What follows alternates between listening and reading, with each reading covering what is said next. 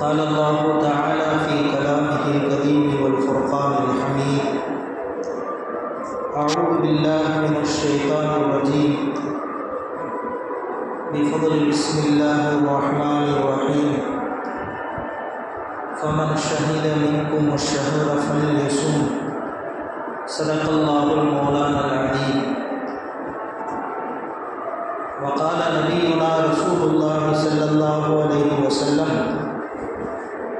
من صام رمضان إيمانا واحتسابا غفر له ما تقدم من ذنبه.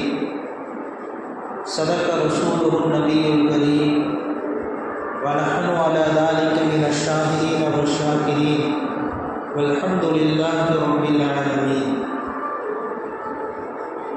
எல்லா புகழும் அல்லாஹ் ஜல்ல ஷானுஹு தஆலா ஒருவனுக்கே உரித்தாகட்டுமாக.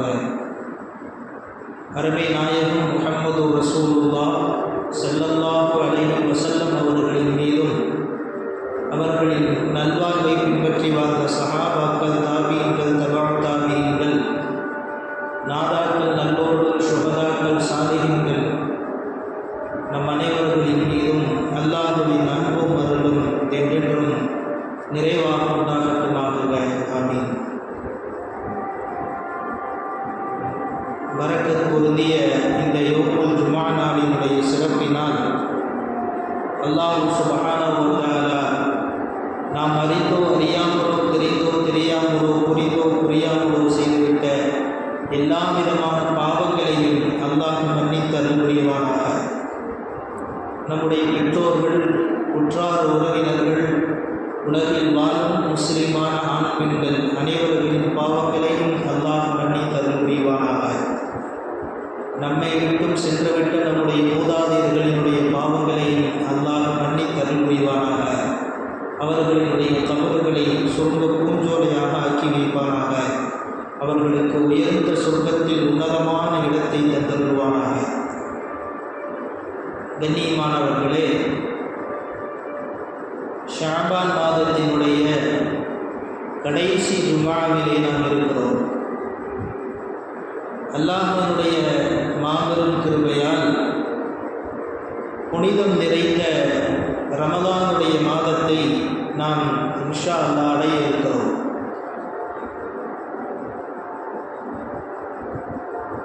இஸ்லாமிய மார்க்கத்தை பொறுத்தவரையிலும் அல்லாஹ் சுப்ஹானஹு வ தஆலா ஒவ்வொன்றை விடவும் ஒவ்வொன்றை மேன்மைப்படுத்தி வைத்தான். நபிமார்களில் ஒருவரை விட அல்லாஹ் சிறப்பித்தான்.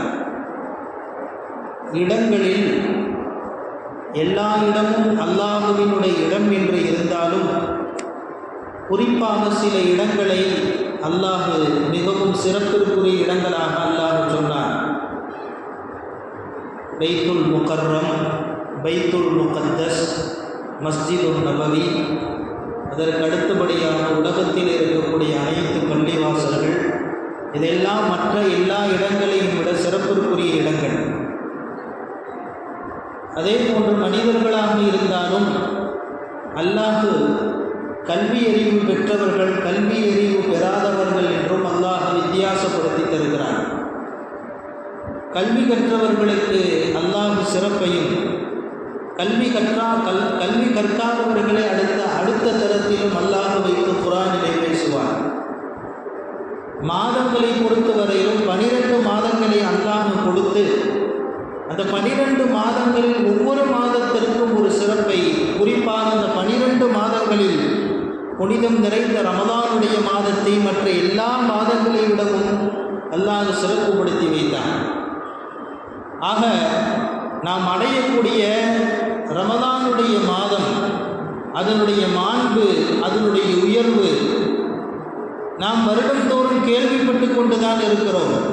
இருந்தாலும் ஞாபகத்திற்காக மீண்டும் மீண்டும் நாம் அடையக்கூடிய ரமதானை நினைத்து பார்த்து அதனுடைய அகமியங்களை புரிந்து நாம் அந்த ரமதானுக்குள் நுழைகின்ற பொழுது ரமதானை நாம் சரியான முறையில் பயன்படுத்தலாம். எப்படி என்னதான் ஒரு விஷயத்தை தெரிந்திருந்தாலும் அவர் அதை ஆரம்பிப்பதற்கு முன்னால் ஒரு தடவை எடுத்து பார்த்துவிட்டு உள்ளே நுழைகின்ற பொழுது அவருக்கு அந்த காரியம் தயக்கம் இல்லாமல் அதை செய்வார். அதுபோலதான் நாம் அடையப் போகக்கூடிய இந்த ரமதானுடைய மாதமும் அதன் குறித்த மாண்புகளையும் நாம் தெரிந்து வைத்து கொண்டு நாம் இந்த ரமதானுக்குள் செல்லுகின்ற பொழுது ரமதானுடைய இந்த காரியங்களை அல்லாஹ் லேசாக்கி தருவான்.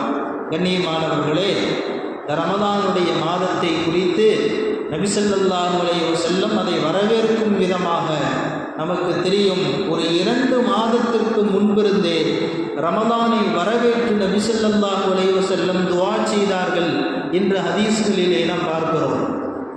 அல்லாஹும்ம பாரிக் லனா ஃபீ ரஜப வ ஷஅபான் வ பல்லிக்னா ரமலான். ஒரு 2 மாதத்திற்கு முன்பிருந்தே ரமதானை வரவேற்றும் ரமதானை அடையக்கூடிய துஆவையும் நபி ஸல்லல்லாஹு அலைஹி வஸல்லம் அவர்கள் செய்தார்கள், நமக்கு கற்றுக் கொடுத்தார்கள்.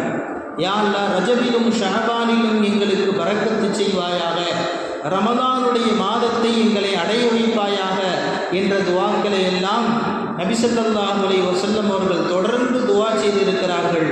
ஆக ரமதானுடைய வரவேற்பை நபி ஸல்லல்லாஹு அலைஹி வஸல்லம் அவர்கள் 2 மாதத்திற்கு முன்பிருந்தே நாயகம் ஆரம்பித்து விட்டார்கள். ரமதான் எப்படிப்பட்டது தெரியுமா? மற்ற எல்லா சமூக மக்களை விடவும் அல்லாஹ் இந்த ரமதான் நோன்பை அல்லாஹ் நமக்கு வேறுபடுத்தி கொடுத்தார். எப்படி இந்த நோன்பு வேறுபடுகிறது? அல்லாஹுவை வணங்குதல் என்பது ஒவ்வொரு சமுதாய மக்களும் அவர்களுக்கு உட்பட்ட கடவுளை வணங்குவது என்பது அவர்கள் எல்லோரும் வணங்கத்தான் செய்கிறார்கள். வணக்கம் என்ற விஷயத்திலே ஒவ்வொருவரும் அவர்களுக்கு ஏற்பட்ட விதத்தில் வணங்குகிறார்கள். தான தர்மம் நாமும் கொடுக்கிறோம், பிற சமுதாய மக்களும் கொடுக்கிறார்கள், அதிலும் வித்தியாசம் இல்லை. மற்றவர்களுக்கு நலவை நாடுவது எல்லோரும் செய்கிறார்கள். ஹஜ் செய்வது, புனித யாத்திரை செல்வது, நாம் மட்டும் புனித யாத்திரை செல்லவில்லை, எல்லா சமுதாய மக்களும் அவர்களுக்கு உட்பட்ட இடங்களுக்கு புனித யாத்திரை செல்கிறார்கள். ஆனால் நோன்பு மட்டும்தான் அவர்களுக்கும் நமக்கும் வித்தியாசம். நாம் நோன்பு வைப்பதை போல எந்த சமுதாயமும் நோன்பு வைப்பதில்லை. காலையில் உணவு உண்பதையும் குடிப்பதையும் மனோ இச்சைகளையும் அடக்கி சூரியன் மறையும் வரை எல்லாவற்றையும் தடுத்து அல்லாஹ்வுக்காக நோன்பிருத்தல் என்ற இந்த புனிதமான செயல் இருக்கிறது. இந்த நோன்பு அது நம்மை தவிர எந்த சமுதாயமும் செய்யவில்லை. எந்த சமுதாயத்திற்கும் அப்படிப்பட்ட ஒரு வாய்ப்பு அவர்களுக்கு ஏற்படுத்தப்படவும் இல்லை. அல்லாஹ் நம் இஸ்லாமிய சமுதாயத்திற்கு மட்டும்தான் இந்த நோன்பு என்கின்ற புனிதமான ஒரு அமலை அவர்களை விட நமக்கு வேறுபடுத்தி கொடுத்து சிறப்புப்படுத்தினார். எனவேதான் நபி ஸல்லல்லாஹு அலைஹி வஸல்லம் அவர்கள் இந்த ரமதானை குறித்து நிறைய மாண்புகளை ஹதீஸுகளில் நாம் பார்க்கிறோம். கிதாபுகளில் எழுதுகிறார்கள், இந்த ரமதான் சம்பந்தமாக 51 ஹதீஸுகள், சஹீஹான ஹதீஸுகள் ஹதீஸ் கிதாபுகளிலே பதிவு செய்யப்பட்டிருக்கிறது. ரமதானுடைய நோன்பை குறித்த மாண்புகள் மட்டும் 51 ஹதீஸுகள் சஹீஹான ஹதீஸுகளாக நமக்கு ஹதீஸ் கிதாபுகளில் பதிவு செய்யப்பட்டிருக்கிறது. அதை தாண்டி மற்ற தரத்தில் இருக்கக்கூடிய நிறைய ஹதீஸுகளை நாம் கிதாபுகளிலே பார்க்கலாம். நபி ஸல்லல்லாஹு அலைஹி வஸல்லம் சொன்னார்கள், மன் ஸாம ரமலான ஈமானன் வ இஹ்திஸாபன். யார் இந்த ரமதானுடைய மாதத்தில் அல்லாஹ் எனக்கு இந்த ரமதானில் முழுமையாக நன்மையை தருவான் என்று நம்பி யார் நோன்பு வைத்து அல்லாஹ் மீது முழுக்க ஈமானோடு யார் நோன்பு நோக்கிறாரோ, நபி ஸல்லல்லாஹு அலைஹி வஸல்லம் சொன்னார்கள், ஊஃபிர லஹு மா தகத்தம மின் தம்பி. அவர் ரமலானுக்கு முன்னால் செய்த எல்லா பாவங்களையும் அல்லாஹ் மன்னித்து விடுகிறார். அவர் ரமலானுக்கு முன்னால் செய்த எல்லா பாவங்களையும் அல்லாஹ் மன்னித்து விடுகிறான். நபி ஸல்லல்லாஹு அலைஹி வஸல்லம் அவர்கள் சொன்னார்கள். இன்னொரு ஹதீஸிலே வருகிறது, ஒரு ரமலான் இன்னொரு ரமலானுக்கு முகஃபிராத்தும் பைனஹுமா. இந்த ரமலானுடைய நோன்பை ஒருவர் முழுமையான முறையில் வைத்தால் அடுத்த ரமலான் அடையும் வரை அவர் செய்யக்கூடிய பாவங்களுக்கு அது குற்ற பரிகாரமாக ஆகிறது.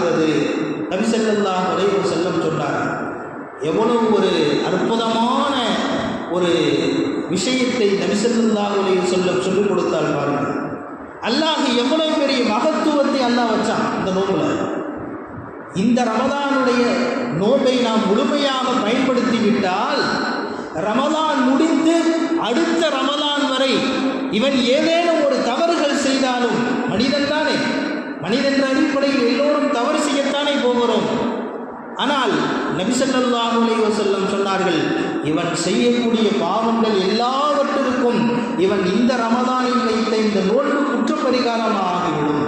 நபி ஸல்லல்லாஹு அலைஹி வஸல்லம் சொன்னார், இதா ஜா ரமதான், ரமதானுடைய மாதம் வந்துவிட்டால் ஃபுத்திஹத் அபுவாபுல் ஜன்னா, சொர்க்கத்தின் வாசல்கள் திறக்கப்படுகிறது.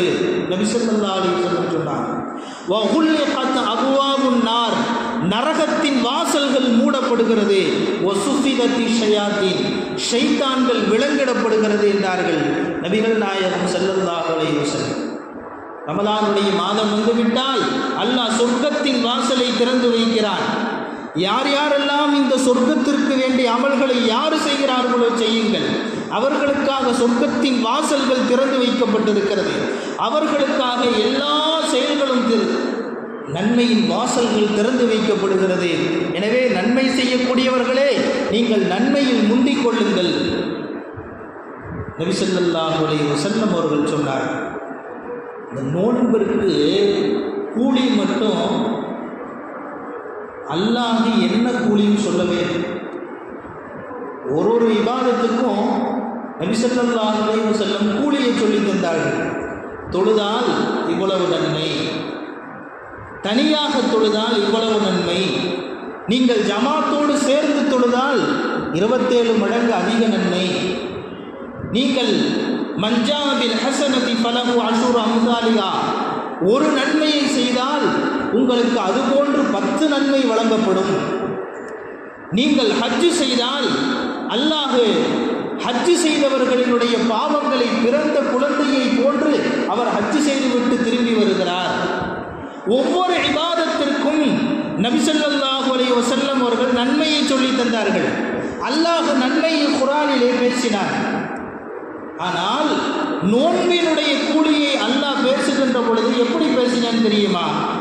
அல்லாஹ் சொன்னதாக ஹதீஸே குதுஸியில் வருகிறது, நீங்கள் கேள்விப்பட்டிருக்கலாம். அல்லாஹ் சொன்னான், குல்லு அமலின் இப்னி ஆதம லஹு இல்ல ஸியாம், ஆதமுடைய மகனுக்கு, மனிதனுக்கு அவன் செய்யக்கூடிய எல்லா அமலுக்கும் அவனுக்கு கூலி இருக்குது. ஒன்னொன்றுக்கும் தனித்தனியாக கூலி இருக்கிறது. இல்ல ஸியாம், நோன்பை தவிர என்று அல்லாஹ் கூறுகிறான். நோன்புக்கு மட்டும் அவனுக்கு என்ன கூலி என்று கிடையாது. மாறாக அல்லாஹ் சொல்கிறான், வான அஜிஸி பிஹி, நான் அவனுக்கு கூலி கொடுக்கிறேன் என்று சொல்கிறான். இந்த வார்த்தையை மறுகணத்திலே படிக்கக்கூடிய மறுகண முஹத்திஸீன்கள் சொல்லுவார்கள், அஜ்ஸி பிஹி அன உஜுஸா பிஹி, நானே அவனுக்கு கூலியாக ஆகிவிடுகிறேன் என்று அல்லாஹ் சொன்னார். அப்ப இஸ்லாமிய மார்க்கத்திலே ஒரு செயலுக்கு அல்லாஹ் கூலி கொடுக்கிறான் என்றால், டைரக்டாக அல்லாஹ் கொடுக்கிறான் என்றால் அது நோன்புக்கு மட்டும்தான், ரமதானுடைய நோன்புக்கு மட்டும்தான். பிராக்டிக்கலாக சிந்திச்சு பார்க்கலாமே. கொடுப்பவர் அவருடைய தகுதிக்கு ஏற்றவாறு கொடுப்பார். ஒருவர் தேவை என்று ஒருவரிடத்தில் சென்றால், எனக்கு இந்த தேவை இருக்கிறது, ஏதேனும் உதவி செய்யுங்கள் என்று சொன்னால், கொடுப்பவர் அவர் தகுதிக்கு ஏற்ற மாதிரி கொடுப்பார். ஆயிரங்களுக்கு மதிப்பிடுபவர் 100லே கொடுப்பார். லட்சங்களுக்கு மதிப்பிடப்படக்கூடியவர் 1000லே கொடுப்பார். கோடியில் மதிப்பிடக்கூடியவர் லட்சத்தில் கொடுப்பார். அவருடைய தகுதிக்கு ஏற்றவாறு அல்லது அதைவிட கொஞ்சம் தாழ்ந்து கூட கொடுப்பார்கள். நல்லவர்கள் அள்ளி கொடுப்பார்கள், சில பேர் குறைத்து கொடுப்பார்கள். ஆனால் அவரவர் தகுதிக்கு ஏற்றவாறு கொடுப்பார்கள். அப்ப அல்லாஹ் சொல்கிறான், நோன்பிற்கு நான் கூலி கொடுக்கிறேன் என்று சொன்னால் அல்லாஹுவினுடைய அந்தஸ்தை கவனித்து அல்லாஹ் எவ்வளவு கொடுப்பான் நாம் கவனிக்க வேண்டும். இந்த உலகத்திலே மனிதர்களே அவரவர்கள் தகுதிக்கு ஏற்றவாறு கொடுப்பார்கள் என்றால், இந்த உலகத்தில் மனிதர்களே அவரவர்களினுடைய அந்தஸ்துக்கு ஏற்றவாறு கொடுப்பார்கள் என்றால், அல்லாஹ் சொல்லுகிறான், நோன்பிற்கு நான் கூலி கொடுக்கிறேன். அல்லாஹ்வின் அந்தஸ்து என்ன? அல்லாஹ்வின் அந்தஸ்தை மதிப்பிட முடியுமா? வல்லாஹு அலா குல்லி ஷைஇன் கதீர். அல்லாஹ் எல்லா வஸ்துக்களின் மீது சக்தி பெற்றவனாக இருக்கிறான். அவனுடைய அந்தஸ்திற்கும் அவனுடைய மதிப்பிற்கும் எந்த ஈடும் செய்ய முடியாது.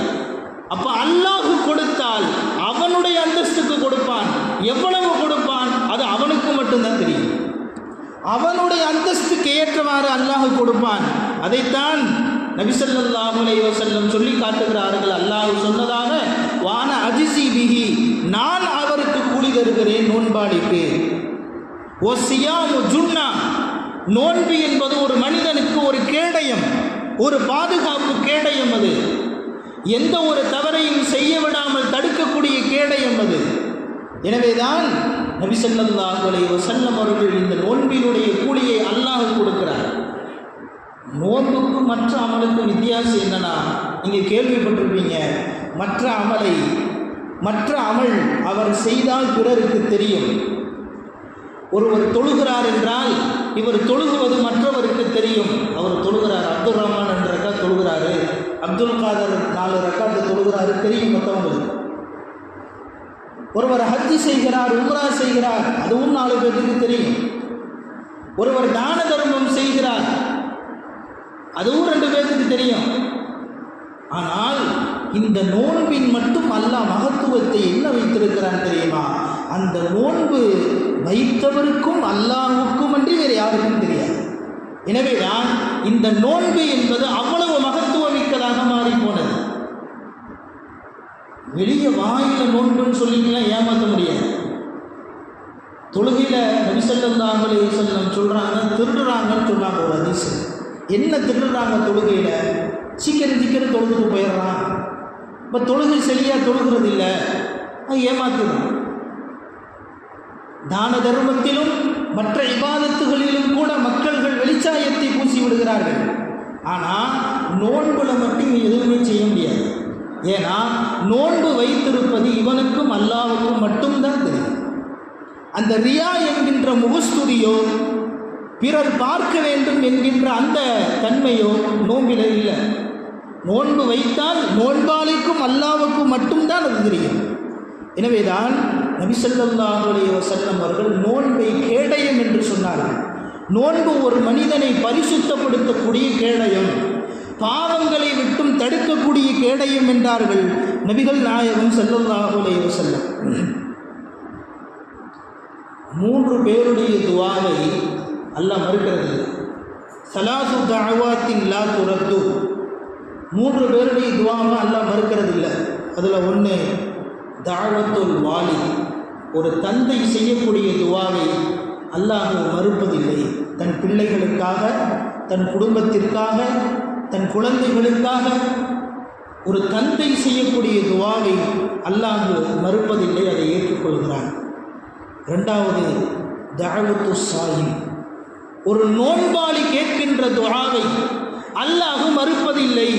நபி ஸல்லல்லாஹு அலைஹி வஸல்லம் அவர்கள் சொன்னார்கள், காலையிலிருந்து மாலை வரை எனக்காக, என்னுடைய பொருத்தத்திற்காக இவன் உண்ணாமல் குடிக்காமல் அழகான மனைவி அருகிருந்தும் தன் இச்சையை அடக்கி கொண்டு பாவங்களை விட்டும் தன்னை தடுத்து கொண்டு தனக்காக நோன்பு வைத்திருக்கிறானே, இந்த அடியானின் துஆவை அல்லாஹ் மறுப்பதில்லை என்றார்கள் நபிகள் நாயகம் ஸல்லல்லாஹு அலைஹி வஸல்லம். 3வது தஅவத்துல் முஸாஃபிர், பயணம் செய்யக்கூடியவர்களின் துஆவை அல்லாஹ் மறுப்பதில்லை. நபி ஸல்லல்லாஹு அலைஹி வஸல்லம் அவர்கள் சொல்லித் தந்தார்கள். நோன்பின் மாண்புகளையும் நோன்புகளின் உயர்வுகளையும் நாயகம் சொல்கின்ற பொழுது, சொர்க்கத்திலே ஒரு இடம் இருக்கிறது, இன்ன ஃபில் ஜன்னத்தி குரஃபன் தரா லுஹூருஹா மின் புதூனிஹா வ புதூனுஹா மின் லுஹூரிஹா, சொர்க்கத்திலே ஒரு பிரம்மாண்டமான அறை இருக்கிறது. அந்த அறையின் வெளியிலிருந்து பார்த்தால் உட்பகுதி தெரியும், உட்பகுதியிலிருந்து பார்த்தால் வெளிப்புறம் தெரியும்.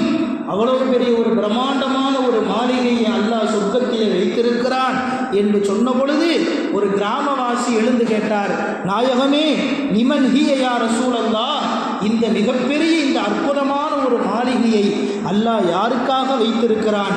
நபி ஸல்லல்லாஹு அலைஹி வஸல்லம் சொன்னாங்க, 4 குணத்தை சொன்னார்கள். இந்த 4 குணம் யாருக்கோ, அவங்க யார்கிட்ட இருக்குதோ அவர்களுக்கு அந்த சொர்க்கம் என்று சொன்னார்கள். 1, மன் அதாபல் கலாம, யார் பேச்சு அழகான முறையில் பேசுகிறாரோ, அன்பான முறையில் யார் பேசுகிறாரோ அவருக்கு அந்த இடம் இருக்கிறது. வத்தஅமத்த ஆம, பசித்தவருக்கு யார் உணவளிக்கிறாரோ, ஏழை எளிய மக்களின் வறுமையை யார் போக்குகிறாரோ அந்த பசித்தவருக்கு உணவளிப்பவருக்கு அந்த பாக்கியம் இருக்கிறது. அதாம சியாம, நாயகம் 3வது சொன்னார்கள், நோன்பை நிரந்தரமான முறையில் யார் வைத்து வருகிறாரோ, நோன்பை பரிபூர்ணமான முறையில் யார் தொடர்ந்து நோற்று வருகிறாரோ அவருக்கு அந்த இடம் இருக்கிறது.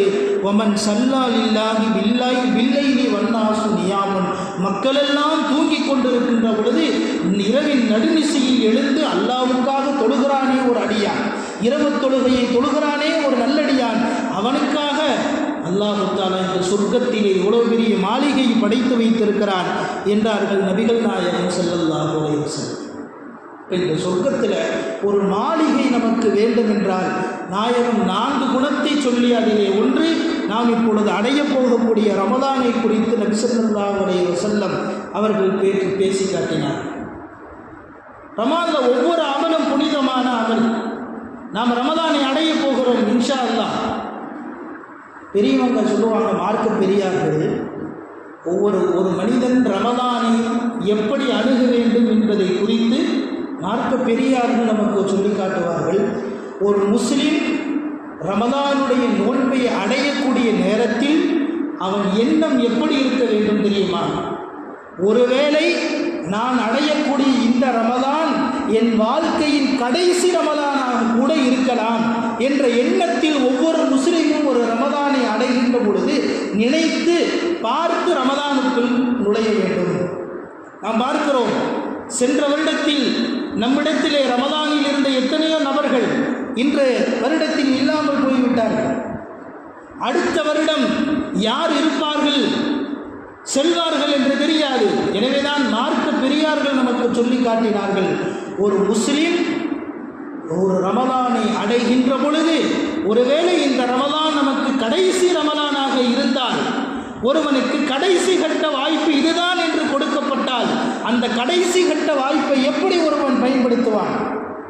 ஏதாவது ஒரு விஷயத்தில் மாட்டிட்டார் ஒருத்தர், எவ்வளவோ முயற்சி பண்ணுறாரு, முடியாதுன்னு சொல்லிட்டாங்க, கெஞ்சி பார்க்குறாரு, முயற்சி பண்ணி பார்க்குறாரு, அவன் சொல்கிறான் அவனுக்கு கடைசி லாஸ்ட் சான்ஸ், இதில் விட்டேனா முடிஞ்சு அப்படின்னு சொல்லப்பட்டால் அந்த மனிதன் அந்த கடைசி வாய்ப்பை லாஸ்ட் சான்ஸை எப்படி பயன்படுத்துவான்? முன்பெல்லாம் செய்யாததை விட, முன்பெல்லாம் எவ்வளவு அவன் கவனம் கொண்டானோ அதை அனைத்தையும் விட அந்த கடைசி கட்ட வாய்ப்பை பயன்படுத்தி எப்படியாவது வெற்றி பெற வேண்டும் என்று முயற்சி செய்வான் அல்லவா? அதுபோல நாம் ரமதானை அணுக வேண்டும்.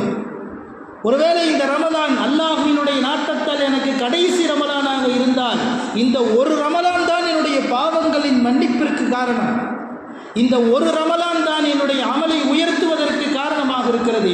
இது ஒன்றுதான் பாலம், இந்த பாலத்தை விட்டால் வேறு எந்த பாலமும் இல்லை என்று வருகின்ற பொழுது நாம் எப்படி முயற்சி செய்வோமோ அதுபோல முயற்சி செய்தால் அந்த ரமலானை நாம் புனிதமாக அடைய முடியும். இன்னும் மார்க்க பெரியார்கள் சொன்னார்கள், சொல்லி காட்டுகிறார்கள், இப்படி ஒரு முஸ்லிம் இந்த நீயத்தோட ரமலானை அடைஞ்சிட்டாங்கன்னா அந்த பரக்கத்திலே அல்லாஹ் நிறைய ரமலான் அவர் கொடுத்துருவான். அந்த வரக்கத்திலேயே அல்லாஹ் அவனுக்கு நிறைய ரமதானை அடையக்கூடிய பாக்கியத்தை தந்து விடுகிறான் என்று சொல்வார். எனவே வரக்கூடிய ரமதானை நமக்கு இது கடைசி ரமதானாக இருக்குமோ என்ற நினைப்பில் நாம் அந்த ரமதானுக்குள் புகுன்ற பொழுது அதிலே முழுமையான ஒரு அமல் செய்யக்கூடிய பாக்கியத்தை அல்லாஹ் நமக்கு தருகிறார். அடுத்த ரமதானுடைய மாதத்தில் முக்கியமாக நாம் நேரங்களை எப்படி கணக்கிட வேண்டும்? உலமாக்கள் சொல்லுகிறார்கள், நீங்கள் ரமதானுக்கு முன்னால் ஒரு பட்டியல் எடுங்கள், ஒரு அட்டவணை தயார் பண்ணுங்கள், ஒரு அட்டவணையை சரி செய்யுங்கள், நீங்கள் போட்டுக்கொள்ளுங்கள். நான் ரமதானுடைய மாதத்தில் எப்படி என் இபாதத்துகளை அமைத்துக் கொள்வேன், 5 நேர தொழுகைகளை நான் இமாம் ஜமாத்தோடு தொழுகுவேன், முன் சுன்னத்துகளையும் பின் சுன்னத்துகளையும் நான் பேணி தொழுகுவேன், நான் இவ்வளவு தான தர்மம் கொடுப்பேன். ஏன்னா ஒவ்வொருவருக்கும் அவரிடத்தில் இருக்கக்கூடிய மதிப்பு தெரியும். எனவே என்னுடைய பொருளாதாரத்திலிருந்து நான் இவ்வளவு நான் தான தர்மம் செய்வேன், இவ்வளவு நான் ஜகாத்து கொடுப்பேன், குர்ஆன் நான் இவ்வளவு ஓதுவேன். உலமாக்கள் பட்டியல் எடுக்கிறார்கள். நீங்கள் குர்ஆனை ஓத வேண்டுமா, இந்தந்த முறையில் ஓதுங்க, நீங்கள் கணக்கு போட்டு வைங்க. ஆனால் ஒரு குர்ஆனுக்கு ஒரு பக்க வித்தியாசம் ஏற்படும். ஆப்சாக்கள் ஓதக்கூடிய 15 வரி குர்ஆன் அது ஒரு 20 பக்கங்கள் இருக்கும். 13 வரி குர்ஆன் 23 பக்கம் இருக்கும். அப்போ நாம் எந்த குர்ஆன் ஓத போகிறோமோ அந்த பக்கங்களை கணக்கு வைத்து கொண்டு ஒரு நாளைக்கு நான் இவ்வளவு பக்கம் ஓதலாம், இத்தனை குர்ஆன்களை நான் இந்த ரமலானில் முடிக்கலாம், நான் ஒரு குர்ஆன் முடிக்கிறேன், 2 குர்ஆன் முடிக்கிறேன், 3 குர்ஆன் முடிக்கிறேன் என்று பட்டியல் போட்டுக்கொள்ள வேண்டும். தஹஜ்ஜுடைய தொழுகை எத்தனையோ மக்கள் பல நேரங்களில் தொழுவதற்கு வாய்ப்பில்லாமல் போய்விடுகிறது. ஆனால் நிச்சயம் கட்டாயம் இந்த ரமலானில் தஹஜ்ஜுக்கு தொழக்கூடிய வாய்ப்பை அல்லாஹ் தருகிறார். என்ன, சஹருக்கு எந்திருக்கின்ற பொழுது கொஞ்சம் முன்னாடியே எந்திரிச்சு நான் இத்தனை ரக்காத்துகள் தஹஜ்ஜுக்கு தொழுகுவேன், அந்த தஹஜ்ஜுடைய தொழுகையில் தொழுது முடித்ததற்கு பின்னால் நான் இஸ்திக்ஃபார் செய்வேன். நபி ஸல்லல்லாஹு அலைஹி வஸல்லம் சொன்னார்கள் அல்லவா அழகாக, ரஹிமல்லாஹு இம்ரஅன், அல்லாஹ் இந்த மனிதனுக்கு இரக்கம் காட்டுவானாக. எந்த மனிதன் தஹஜ்ஜுடைய நேரத்தில் எழுந்து தானும் தொழுது தன் மனைவியை எழுப்புகிறான், எழுத மறுக்கிறாள், கொஞ்சம் தண்ணி ஊற்றி எழுந்து தொழுகு என்று அந்த பெண்ணை உற்சாகப்படுத்தி அவனும் தொழுது தன் மனைவியின் குடும்பத்தையும் தொழுகு வைக்கிறானே, இவனுக்கு அல்லாஹ் இரக்கம் காட்டுவானாக. நபி ஸல்லல்லாஹு அலைஹி வஸல்லம் செய்த துஆ, ரஹிமல்லாஹு இம்ரஅத்தன், அல்லாஹ் இந்த பெண்மணிக்கு இரக்கம் காட்டுவானாக. தானும் எழுந்து தானும் இரவு தொழுகையை தொழுது தன் கணவனையும் எழுப்பி, இடமறுத்தால் தண்ணீரை தெளித்து கூட கஷ்டப்பட்டு எழுப்பி தன் கணவனையும் குடும்பத்தாரையும் எழுந்து தஹஜ்ஜுடைய தொழுகையை தொழ வைத்தாலே அந்த பெண்ணுக்கு அல்லாஹ் கிருபை செய்வானாக. இது எல்லா நேரத்திலும் தான், ரமலானில் மட்டுமல்ல. ஆனால் இந்த ரமலானில் நமக்கு ஒரு வாய்ப்பு கிடைக்கிறது. எனவே நாம் இந்த ரமலானில் 30 நாட்களில் 30 தஹஜ்ஜுகளை தொழக்கூடிய பாக்கியத்திலே நாம் உட்பட வேண்டும். அதனுடைய விளைவு என்ன தெரியுமா? தொடர்ந்து அல்லாஹ் அந்த அமலை செய்யக்கூடிய பாக்கியத்தை, நசீபை அல்லாஹ் நம்ம குடும்பத்துக்கு கொடுக்குறான், நமக்கு கொடுக்குறான். எனவே பட்டியலை தயார் செய்ய வேண்டும் ஒவ்வொருவரும். சஹ்ரு சாப்பிடுவதை நாயகம் பரக்கத் என்று சொன்னார்கள். சஹ்ரு சாப்பிடுவது சாதாரண விஷயம் இல்லை. நபி ஸல்லல்லாஹு அலைஹி வஸல்லம் ஒரு நோன்பாளி செய்யக்கூடிய ஒவ்வொரு அமலுக்கும் நாயகம் ஸல்லல்லாஹு அலைஹி வஸல்லம் ஒரு உன்னதத்தை சொல்லிக் கொடுத்தார்கள். அஸ்ஸுஹூர் பரக்கா, சஹ்ரு சாப்பிடுவது பரக்கத்து என்றார்கள் நபி ஸல்லல்லாஹு அலைஹி வஸல்லம். எனவே ஹதீஸில் எந்த அளவு வருதுன்னா, சாப்பிட்றதுக்கு எதுவுமே இல்லை, 1 மீட்டர் தண்ணீராவது குடித்து கொள்ளுங்கள், அது சிறப்பு என்றார்கள் நபிகள் நாயகம் ஸல்லல்லாஹு அலைஹி வஸல்லம். எனவே வரக்கூடிய ரமலானை நாம் பயன்படுத்தி கொள்ள வேண்டும். ரமலான் விடைபெற்று செல்கின்ற பொழுது, நாம் ரமலானை திரும்பி பார்க்கின்ற பொழுது, இந்த ரமலானில் நம்மால் முடிந்த அளவு நிறைய அமல்களை செய்திருக்கிறோம் என்ற மன அமைதியோடு ஒரு சந்தோஷத்தோடு நம்மை விட்டு விடைபெற்று செல்ல வேண்டும். ஸல்லல்லாஹு அலைஹி வஸல்லம் ஒரு சமயத்தில் சொன்னாங்க, ரஹீம அன்ஃபு ரஜுலின், இந்த மனிதன் நாசமடையட்டும் என்று சொன்னார்கள். இந்த மனிதனுடைய மூக்கு உடையட்டும் என்றால் இந்த மனிதன் நாசமுடையட்டும் என்று நாயகம் சொல்லிவிட்டு 3 நபர்களை சொன்னார்கள். உங்களுக்கு தெரியும், அதில் முதலாவது துக்கிர்து இந்தஹு ஃபலம் யுஸல்லி அலைய, இந்த மனிதன் நாசமடையட்டும். எந்த மனிதன் என்னுடைய பெயர் சொல்லப்பட்டும் ஸலவாத்து சொல்லவில்லையே அவன் நாசமடையட்டும். இரண்டாவது ஒரு ரஹீம அன்ஃபு ரஜுலின், இந்த மனிதன் நாசமடையட்டும். தஹல அலைஹி ரமலான் சும்ம இன்சரஹ கபல ஐயஃபிரலா, ரமலான் மாதத்திற்குள் அவன் வந்தான், ரமலான் அவனுக்கு கிடைத்தது, ஆனால் அவன் பாவ மன்னிப்பு பெறாமலேயே அந்த ரமலான் அவனை விட்டும் கடந்து போய்விட்டது. அந்த ரமலானை பாழாக்கியவன் நாசமடையட்டும் என்றார்கள் நபிகள் நாயகம் ஸல்லல்லாஹு அலைஹி வஸல்லம். எனவே இந்த ரமலானுடைய மாதத்தில் நாம் இந்த ரமலானை வீணடித்து விடக்கூடாது. மூன்றாவதாக முக்கியமான ஒரு விஷயம், ரமலான், அதாவது சூஃபியாக்கள் ரமலானை குறித்து பேசுகின்ற பொழுது நிறைய முறைகளை பேசுகிறாங்க. அதில் ரொம்ப முக்கியமானது என்னென்னா, ஹதீஸிலே நபி ஸல்லல்லாஹு அலைஹி வஸல்லம் சொல்லுவாங்க, ஒருத்தர் பசியோடு இருக்கிறார், தாகத்தோடு இருக்கிறார், பசியோடு இருக்கிறார், தாகத்தோடு இருக்கிறார், ஆனால் அவர் நாவை கட்டுப்படுத்தவில்லை என்றால் அவர் இருக்கக்கூடிய பசிக்கும் அவர் தாகக்கூடிய தாகத்திற்கும் என்ன பிரயோஜனம் இருக்கிறது என்றார்கள் நபிகள் நாயகம் ஸல்லல்லாஹு அலைஹி வஸல்லம். புரிகிறதா உங்களுக்கு? நோன்பு என்பது வெறும் சாப்பிடாமல் தாகத்தை அடக்கி கொண்டு இச்சைகளை அடக்கி கொண்டு இருப்பது மட்டும் நோன்பு அல்ல, நாவையும் கட்டுப்படுத்த வேண்டும். நபிகள் நாயகம் ஸல்லல்லாஹு அலைஹி வஸல்லம் சொன்னாங்க, வீண் பேச்சுக்களோ வீண் சண்டை சச்சரவுகளோ விதண்டாவாத பேச்சுக்களோ தவறான பேச்சுக்களோ எதுவும் ரமதானில் இருக்கக்கூடாது. ஒருவர் நோன்பு வைக்கிறார், ஒருவர் நோன்பு வைத்திருக்கிறார், ஆனால் அவர் நாவிலிருந்து பொய் வருகிறது, அவர் நாவிலிருந்து புறம் வருகிறது, அவர் நாவிலிருந்து வீண் பேச்சுகள் வருகிறது, அவர் நாவிலிருந்து விதண்டாவாதங்கள் பேசுகிறான், குழப்பத்தை ஏற்படுத்துகிறான், எல்லா விதமான செயலையும் நாவின் மூலம் செய்து கொண்டு இருக்கிறான் என்றால் நபிகள் நாயகம் அவனை பார்த்து கேட்டார்கள், இவன் பசித்திருப்பதிலும் தாகித்திருப்பதிலும் யாருக்கு என்ன நன்மை என்றார்கள் நபிகள் நாயகம் ஸல்லல்லாஹு அலைஹி வஸல்லம். எனவே ரமதானுடைய மாதம் புனிதமான மாதம். நாயகம் இதை அறிமுகப்படுத்துகின்ற பொழுது சஹாபாக்களுக்கு சொன்னார்கள், யா ஐயுஹன் நாஸ், மக்களே உங்களிடத்திலே ஒரு மாதம் வந்திருக்கிறது, ரமலான் அஷ்ஹுருன் அலீமுன், மகத்துவமிக்க ஒரு மாதம் வந்திருக்கிறது.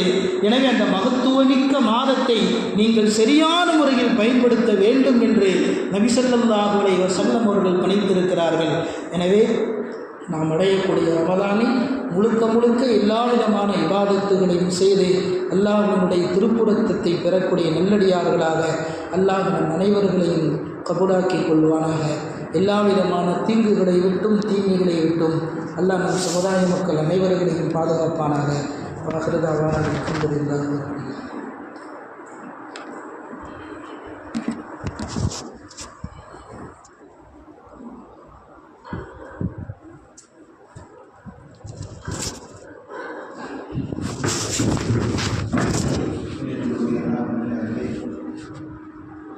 ஒவ்வொரு நாளும் மதுரையில் இருக்கக்கூடிய